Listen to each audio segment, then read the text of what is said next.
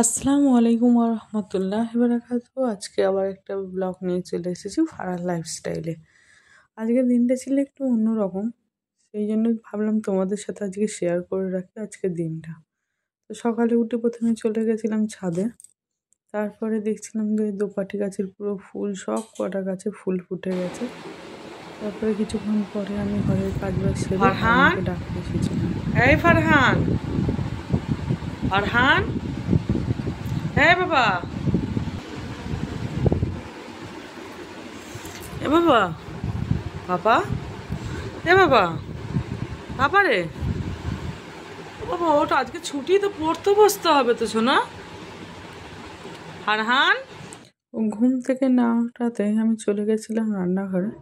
ভাবছিলাম কিছু একটা করে খাই, তারপরে আমি ভুলে গেছিলাম সকালে আমার ওই যে ড্রিঙ্কটা থাকে, জিরা ড্রিঙ্ক, ওটা আমার আর খাওয়া হয়নি। অনেকে বলেছিল আমার রান্নাঘরটা দেখবে, তাই যে এইটুকুনি রান্নাঘরের ভিডিও করে দিলাম। আগের দিন রাতে একটু কাঁচা ছোলা কাঠবাদাম ভিজিয়ে রেখেছিলাম, এটা জিরা পানি, একটু সাবু ভিজিয়ে রেখেছিলাম, আর একটু ভিজিয়ে রেখেছিলাম চিয়া সিড। জিরা পানির মধ্যে না শুধু জিরা নেই, মৌরি, আম, জিরে, তারপর জোয়ান, দারচিনি, সব কিছু দিয়ে গুঁড়ো করে রেখেছিলাম ভেজে। ওটাই প্রত্যেকদিন সকালে উঠে আমি খেয়ে নিই।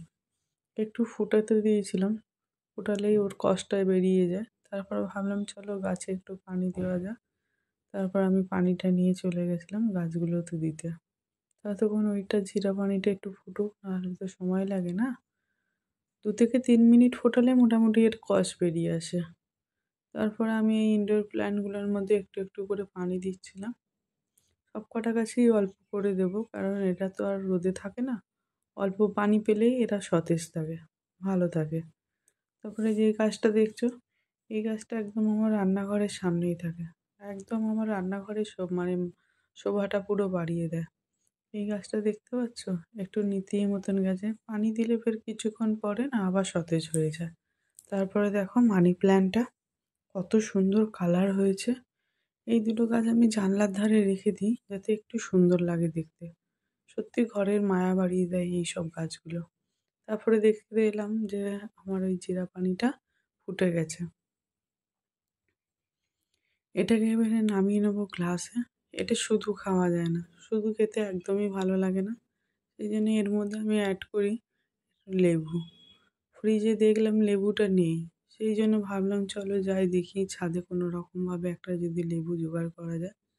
মোটামুটি একটা দুটো সবসময় গাছে হলুদ হয়েই থাকে, পারি না যখন দরকার পড়ে বা ফ্রিজেরটা শেষ হয়ে যায় তখনই আসি ছাদ থেকে লেবুটা পাড়তে। এই বেল ফুলের মানে এত গন্ধ, পুরো ছাদটা গন্ধে মোমো করছে। বেল ফুল গাছ, নয়নতারা গাছ, সব ফুলগুলোই দেখো ফুটে আছে। এসব গাছগুলোই যেন ছাদের শোভা বাড়িয়ে দেয়। তারপরে চলে গেছিলাম লেবু গাছের কাছে। দেখলাম এই গাছটায় তো অনেকগুলো লেবু হয়ে আছে, বাট একটা লেবুই দেখলাম হলুদ হয়ে আছে। তো ভাবলাম চলো লেবুটা কাটি। তাই জন্য দেখো আমি ঘর থেকে কাটারটা নিয়ে গেছিলাম। এই কাটারটা খুব সাংঘাতিক, মানে দুটো আঙুল নাকি একসাথে ধরলেই চপ করে কেটে যায়। সেই জন্য এটা একটু লুকিয়ে রাখা হয়, যেহেতু আমার ছেলে আছে ভয় লাগে। সেই জন্য একটু ওপরেও রাখা হয় যাতে না ওর কোনো রকমভাবে হাত যায়। তারপরে দেখো এই লেবুটা কি সুন্দর পেকে গেছে। লেবুটা পেকে যেতে দেখছিলাম আকাশটা দেখো, শরতের আকাশ তো অন্যরকম থাকে সবাই জানো, তবু ওই দিকটা কেমন মেঘ করে আছে, পরে হয়তো বৃষ্টি হবে। তারপরে এই লেবু গাছটার কাছেও চলে এসেছি, কিন্তু এই লেবু গাছে কোনো লেবুই হলুদ হয়নি, পুরো সব লেবু কাটাই একদম সবুজ হয়ে আছে। তারপরে একটু দেখতে পেলাম কামরাঙা গাছের দিকে, ওরে বাবা সব কটা এবারে হলুদ হতে শুরু করেছে। হলুদ হওয়া মানেই মিষ্টি হবে। আমাদের মানে বাড়ির ছাদে না একটা ঝামেলা আছে, সেটা হচ্ছে কাঠবিড়ালি আর হনুমানের। হনুমান যদিও বা একটু কম আসে, কিন্তু কাঠবিড়ালির মানে উপদ্রব বেশি। খাবে না, নষ্ট করে দিয়ে চলে যাবে। এই গাছের ডালটাই দেখো কতগুলো ধরেছে, মানে ফলের ভারে ডালটা পুরো নিয়ে গেছে। মাটি থেকে কিন্তু খুব একটা উঁচুতে নেই। মানে গাছের আর কি দোষ, এত ফলের ভার থাকলে আর সেটা কি সম্ভব।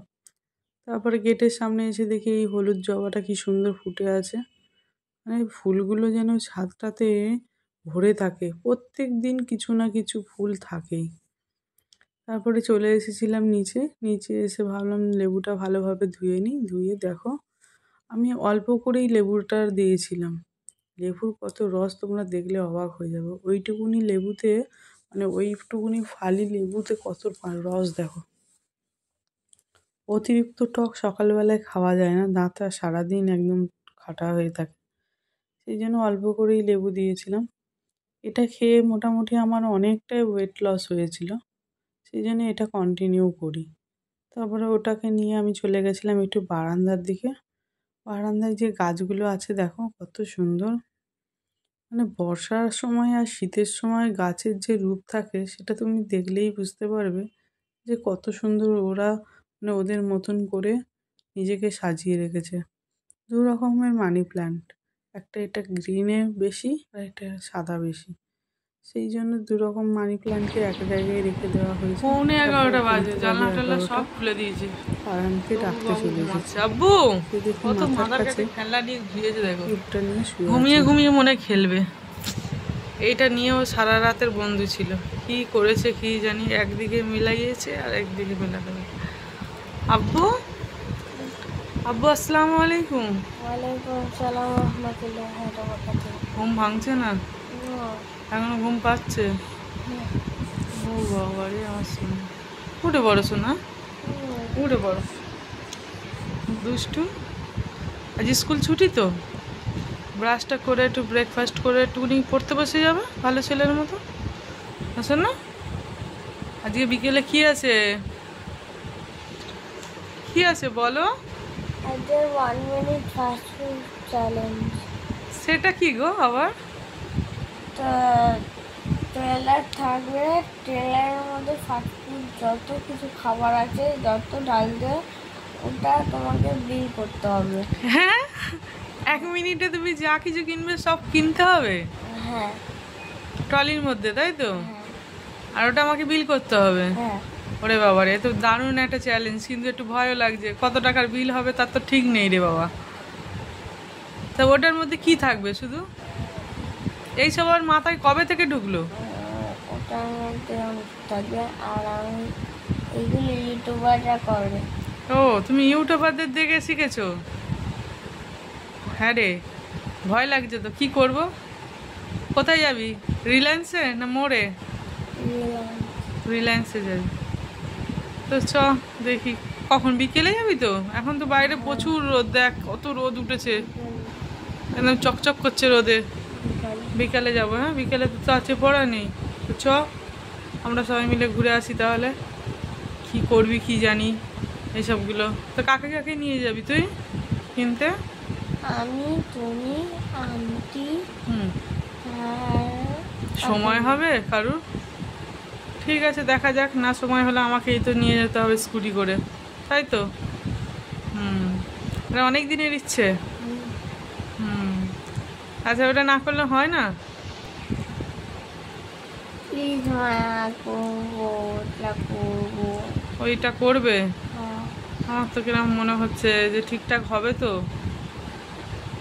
হ্যাঁ আচ্ছা চলো, এখন কাজ করে নাও, এখন ব্রেকফাস্টটা সেরে নাও ব্রাশ করে, তারপরে ঠিক আছে? হ্যাঁ। তাহলে সন্ধ্যেবেলায় তো বেরোবো তোমাকে, তাহলে তো এখন তো তোমাকে পড়ে নিতে হবে হোমওয়ার্কটা। হ্যাঁ ওঠো তাহলে, চলো। তারপরে ব্রেকফাস্টটা রেডি করে নিয়েছি। এটা ওভারনাইট ওটস ভিজিয়ে রেখেছিলাম, এখানে কিছু ফ্রুট দিয়েছি, কলা, আপেল, বেদানা, তারপরে ড্রাই ফ্রুট আছে। খেয়ে দিয়ে নিয়ে ওকে বসিয়ে দিয়েছিলাম পড়তে। পড়তে দিয়ে দেখলাম জানলা দিয়ে, বাপরে বাপ, পুরো ওয়েদারটা পুরো চেঞ্জ হয়ে গেল। সকালের দিকে কি সুন্দর ছিল, পুরো রোদ রোদ, এখন দেখো পুরো কালো অন্ধকার করে চলে এসেছে। কিছুক্ষণ পরে তো আবার বৃষ্টিও এসেছিল। তারপরে দেখলাম পড়তে দুজন মিলে পড়তে গল্প হচ্ছে এখন, দাদাভাই চলে এসেছে। পড়া বাদ দিয়ে দাদা ভাইয়ের সাথে গল্প করছে। কি করতে চাস বল? আজকে fast food 1 minute fast food challenge. 1 minute fast food challenge, তুমি জানো, শুনেছো কোনো দিন? আমিও শুনিনি। ওকে বলে দাও। শপিং মলে যাবে, সেখানে একটা ট্রলি নেবে, না একটা ট্রলি নেবো, 1 মিনিটের মধ্যে 1 মিনিটের মধ্যে পুরো ফাস্টফুড যত চিপস সব আছে ওই ট্রলির মধ্যে ঢালবো। 1 মিনিটের মধ্যে যে কটা হবে সে কটা আমাকে বিল করতে হবে, বুঝতে পারছো কিরকম চ্যালেঞ্জ? এখন যদি 1000 টাকা বিল হয় আমাকে বিল করতে হবে। কি দুষ্টু, দুষ্টুর মুখটা দেখো, দেখেছো? তারপরে ওকে কিছুটা ফল কেটে দিয়েছিলাম, সবাই মিলে খাবো বলে একটু বেশি করেই কেটেছিলাম। তারপরে চান টান করে ও একটু খেলছিল, তারপরে আমরা বসে পড়েছিলাম লাঞ্চে। তারপরে যেহেতু সন্ধ্যেবেলায় কথা দিয়েছি ওকে নিয়ে বেরোবো, সেই জন্য বেরিয়েও পড়েছি। ও তো সারা দুপুর আমাকে ঘুমাতে দেয়নি, খালি কখন যাবে মা, কখন যাবে মা। তো গাড়িতে তেল ভরারও একটু দরকার ছিল, সেই জন্য আব্বা নামাজ পড়ে আসতেই আমি বেরিয়ে পড়েছিলাম ওকে নিয়ে। এটা আমাদের বাড়ির গলির রাস্তা, এখান থেকে বেরিয়ে গেলে তারপরে আমাদের মেন রোড। ওকে বলছিলাম চল আজকে ঠাকুর পুকুরের দিকে যাওয়া হোক, কারণ আমার চেকপোস্টে একটু দরকার ছিল। সেই জন্য ভাবলাম ডায়মন্ড পার্কের মোড়ে গিয়ে ওকে ওর চ্যালেঞ্জটা পুরো করাবো, আর ঠাকুর পুকুর পেট্রোল পাম্প থেকে একটু পেট্রোল নেবো, আর চেকপোস্টের কাজটাও মিটিয়ে যাব। ঠাকুর পুকুরের অবস্থা এত বাজে কি বলবো। তো যাই হোক ভুল করে ঢুকে পড়েছিলাম, নাহলে ভেবেছিলাম পঞ্চাননতলা থেকে বেরোবো, কিন্তু সেটা আর হয়নি। তো বললাম চল তাহলে এইভাবেই যাওয়া যাক। তারপরে আমরা এইভাবেই যেতেই পেট্রোল পাম্পে বললো যে 1 ঘন্টা লেট হবে, কারণ ওদের তেল ভর্তি হচ্ছে। তারপর আমরা বললাম চল আমরা মোড় থেকে আগে ঘুরে আসি, ডায়মন্ড পার্কের মোড় থেকে। তো ডায়মন্ড পার্কে আমরা সোজা চলে গেছিলাম। এখানে রাস্তাটা দেখলাম মোটামুটি ফাঁকাই ছিল, খুব একটা জ্যাম ছিল না, বাস খুব একটা সিগন্যালও পাইনি। তারপরে ওকে নামিয়ে দিয়েছিলাম মোড়ের সামনে। দেখো চলেই এসেছি আমরা মোড়ের কাছে। আমাদের বাড়ি থেকে খুব বেশি দূরে না, কিন্তু সব থেকে কাছে পড়ে সমবায়িকা। তারপরে যদি এইদিকে আসতে চাও এইটা মোড়টা, না হলে আমাদের সেই সরসনা হাউজিংয়ের দিকে একটা মোড় আছে সেখানে। কিন্তু আমরা এসেছিলাম ওই ডায়মন্ড পার্কের মোড়টা। এখানে আসতেই তো বাবু সুপার এক্সাইটেড, মানে কি নেব না নেব সেই এক্সাইটেডে ও একদম পুরো অন্যরকম অবস্থা। আগে আগে যাচ্ছে, আগে আগে বলছে। ও তো লোককে জিজ্ঞাসা করে করে খালি বললো যে কোন দিকে ফাস্ট ফুড আছে বা চিপস কাউন্টারটা কোন দিকে। তারপরে দেখো চলে গেছে, মানে আমাকে আর ওয়েট করতে দেয়নি। আমি এখানে একটু ড্রাই ফ্রুট দেখছিলাম, কত রকমের ড্রাই ফ্রুট, কিন্তু দেখলাম দামগুলো এখানের তুলনায় কিন্তু সমবায়িকায় অনেকটাই কম, যেটা আমাদের সরকার হাটে আছে। ওখান থেকেই আমি বেশি সবসময় জিনিসপত্র নিই, এখানে খুব একটা আসা হয় না। এখানে 2বার মনে হয় এসেছিলাম, আর এইটা নিয়ে মনে হয় 3বার। তো যাই হোক দেখছিলাম, ও তো খুঁজছিল ডরিটোস বলে একটা চিপস আছে, যেটা ওর খুব পছন্দের, সেটাই খুঁজছিল। আমি তারপরে দেখতে পেয়ে বললাম এই দেখ বাবু তোর ডরিটোস। তারপরে ও দেখতে পেয়ে বলছে হ্যাঁ হ্যাঁ এটাই তো আমি খুঁজছি। আমি বললাম ঠিক আছে দেখো কী নেবে না নেবে। তো 1 মিনিট চ্যালেঞ্জের ও ভাবলো যে আমি বেশি কিছু নিতে পারবো না, সেই জন্য নিজে নিজেই বলছে মা 1 মিনিটটা বাদ দিয়ে আমি যেটা যেটা খুশি সেটা সেটা নেব। তা আমি তখন বললাম যে নে, কী বলবো। ও তো বুঝতেই পারছে আমি এত দৌড়াতে পারবো না, বা 1 মিনিটে বেশি কিছু তুলতে পারবো না, খুঁজে খুঁজে বার করতে হবে। মা তো হয়তো হেল্প নাও করতে পারে, সেই জন্য বললো যে মা আমি অল্প কিছুই নিচ্ছি, কিন্তু 1 মিনিটের মধ্যে আমি ওটা পারবো না। বলতে এখান থেকে ও লেস নিচ্ছিল, লেসগুলো ওর পছন্দের ছিল, সেই জন্য এখান থেকে বারবার বলছিল নেবো মা। তা আমি বললাম নাও ওটা নেবে। দুটো না তিনটে নিয়েছিল, কিন্তু ও খাবে তো একদিনে নয়, 4-5 দিন ধরে খাবে, তো ভাবলাম চলো নিয়েই নাও। এখানে দেখছিলাম ডাল, চাল, নুন বেশ ভালোই আছে, কিন্তু দামগুলো একটু যেন বেশি বেশি দেখছিলাম, সেই জন্য আর এখান থেকে কোনো কিছু কালেক্ট করিনি। বেশি কিছু কালেক্ট করার দরকার নেই, কারণ কিছুদিন আগেই আমি মার্কেটিং করে নিয়েছিলাম, যত গ্রসারি আইটেম সব আমার কেনাকাটি হয়ে গেছিলো। মাসের প্রথমের দিকেই আমি কেনাকাটি নিই, সেই জন্য আমার আর অসুবিধা হয় না। ফের মাস শেষ হয়ে গেলে পরের মাসের জন্য আবার কিনতে হয়। তো দেখছিলাম ড্রাই ফ্রুটটা, মিক্স ড্রাই ফ্রুটটা দেখছিলাম, যেটা ওটস দিয়ে খাওয়া যায় বা স্মুদি করা যায়। তো অনেকটাই দাম বেশি, তারপরে ওই কটা নিয়ে আমরা বিল করে বেরিয়ে আসছিলাম, কারণ দুজনে গেছিলাম তো অনেকটা রাত হয়ে যাবে ফিরতে, তেল ভরা হয়নি, তারপর চেকপোস্টের কাজ বাকি আছে, সেই জন্য ওকে বলতে ও বললো চলো মা আর কিছুই নেবো না। দুটো হাত তো ভর্তি, কীভাবে দরজাটা খুলবে দেখো একবার। হাতে করে আর খুলতে পারিনি, লাস্টে পা দিয়ে চেপে ধরে খুলেছে। তারপরে সোজা চলে গেছিলো আমার গাড়ির কাছে। আমি ওকে বলছিলাম, বাবু সাবধানে, গাড়ি আসছে কিন্তু। ও দুদিক দেখে তারপরে রাস্তা ক্রস করেছে। গিয়েই বলল, মা আমি এই পার্কটা কিনেছি, এটা খাবো? আমি বললাম, হ্যাঁ তুমি খাও, অসুবিধা নেই। আর এইগুলো বলছে, তাহলে গাড়ির ডিকিতে রেখে দিই? আমি বললাম, হ্যাঁ রেখে দাও, বাড়িতে গিয়ে খাবে। তারপরে এবার চেকপোস্টের উদ্দেশ্যে রওনা দিয়েছি। কিন্তু চেকপোস্ট দিয়ে যাব না, যাব এই বৌদ্ধচারী মাঠ দিয়ে, কারণ এই পার দিয়ে গেলে আমাদের অনেকটা সুবিধা হয়, রাস্তাটাও কম। এটা আমার ছোটোবেলার স্কুল, প্রাইমারি স্কুল। আর এইদিকে যে স্কুলটা দেখতে পাবে ওটা হচ্ছে হাই স্কুল। ওই যে লাইট জ্বলছে ওটা হচ্ছে বৌদ্ধচারী মিউজিয়াম, আর এইদিকে যে লাইটটা জ্বলছে ডান দিকে সেটা হচ্ছে চোকা ইএসআই। এই মাঠ দিয়েই কত যে দিন কেটেছিল মাঠে, এখন সেই মাঠ দিয়ে গেলেই মনে হয় ইস, ছোটোবেলাটা কীভাবে কাটিয়েছিলাম এখানে। এই যে স্কুলের বাউন্ডারি দেখছো, এটাই হচ্ছে হাই স্কুল। এখান থেকে আমি ক্লাস 5 থেকে উচ্চ মাধ্যমিক পর্যন্ত এখানে ছিলাম। তারপরে উচ্চ মাধ্যমিকের জন্য বরিশাতে চলে গেছিলাম। এইভাবেই আমার বাড়ির রাস্তাটা যেতে হয়। ওকে বারবার বলছিলাম আমার স্কুলের গল্প, আমার বাড়ির যাওয়া আসা কীভাবে করতাম, সেগুলো সব গল্প বলতে বলতেই চলে এসেছিলাম বাড়ির গলির সামনে। একদম বাড়ির সামনেই চলে এসেছি। এই বাঁকটা ঘুরলেই আমার বাড়ির গলি। এই যে লাইট জ্বলছে, এখানে আমি এবারে গাড়িটা রেখে দেবো। ও তো আমার গাড়ি রাখার সময়ই দেয়নি, জাস্ট যার পরে নেমেই দৌড় মেরেছে বাড়ির দিকে। বারবার বলছিলাম, দাঁড়া একসাথে যাব, গলিটা একটু অন্ধকার মতন। তো কোনো সহ্য নেই। তারপরে নিনুমার কাছে গিয়ে দেখো কত আদর খাচ্ছে। নিনুমা বলছে, ভাই তুমি ছোটোবেলায় এরম ছিলে? তুমি ছোটোবেলায় এইভাবে আমার কাছে এসছিলে? তো দেখো প্রথমেই আমার মা দেখেছিল ওকে ও হতে, সেই জন্য একটু আদরটা বেশি পায়। তারপরে নিনুমার বিছানায় গিয়ে দেখো শুয়ে সে একটা চিপস খেলো, নিনুমাকে দিল, আরও সব মামিমারা ছিল তাদেরকেও দিল। তারপরে ফের রেডি হয়ে, আমি তো কতবার করে বলছি, বাবু উঠে পড় উঠে পড়, তো যাবেই না। তাই আমার কাজটা করে আমি অনেকক্ষণ বসেছিলাম। রাত হয়ে যাচ্ছিলো যেহেতু, গাড়ির তেল নেবো, ঠাকুরপুকুরের বাজারের অবস্থা খারাপ, সেই জন্য ওকে বারবার বলছিলাম। তারপরে কিছুক্ষণ পরে মা আবার বুঝিয়ে বলতে তারপরে রেডি হলো।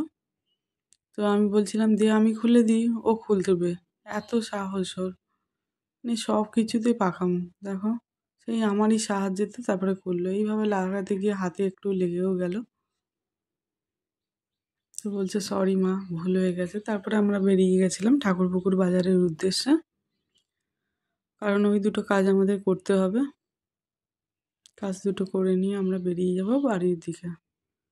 এইভাবেই যেতে যেতে অনেক গল্প করছিলাম, ওকে অনেক কথা বলছিলাম, কারণ এইসব রাস্তাঘাটগুলো কি করতাম না করতাম ওকে সব জানাচ্ছিলাম। এই পার দিয়ে বেরিয়ে গেলেই ফের আমরা যে রাস্তা দিয়ে এলাম বৌদ্ধচারীর মাঠ, সেই রাস্তা দিয়েই বেরিয়ে যাব। এইভাবেই চলে এসেছিলাম তেল ভরে বাড়ির সামনে। বাড়ির সামনে আসতেই দেখো ও তো খুব এক্সাইটেড, গিয়েই আগে মেজো পাপাকে দেখাবো আমি কী কী কিনেছি, মেজো আন্টিকে। আমি বললাম, ঠিক আছে তুই গেটটা অন্তত খুলে দে, আমি তারপরে যাই। তারপরে গেটটা খুলে যেতেই দেখো মেজো বাবার কাছে আদর খাচ্ছে, গল্পগুলো বলছে কি করেছে না করেছে। মেজো বাবারাও মিলে খুব একদম গল্প হচ্ছে। তারপরে দেখো এইটা না হলুদ হয়ে যাচ্ছিলো, সেই জন্য মেজো ভাইজান বলে, চলো পেরে নাও তুমি। তো পেরে নিয়েছিলাম। তারপরে খাওয়া দাওয়া করে শেষে দেখছি ঘরের ভিতরে কেমন যেন একটা মেয়ামা আওয়াজ হচ্ছে। তারপরে দেখলাম একটা বিড়াল 4টে বাচ্চা দিয়েছে, খুব সুন্দর সুন্দর বাচ্চাগুলো ছিল। তো এই ছিল আমার সারাদিনের আজকের গল্প। তো কেমন লাগলো পুরো ভিডিওটা জানিও বন্ধুরা। আশা করি তোমাদের ভালো লাগছে। ভালো লাগলে একটা লাইক, একটা কমেন্ট, একটা শেয়ার করো। পারলে আমার চ্যানেলটাকে সাবস্ক্রাইব করে আমার পাশে থেকো। আবার দেখা হবে নতুন একটা ব্লগে। তো টাটা বন্ধুরা।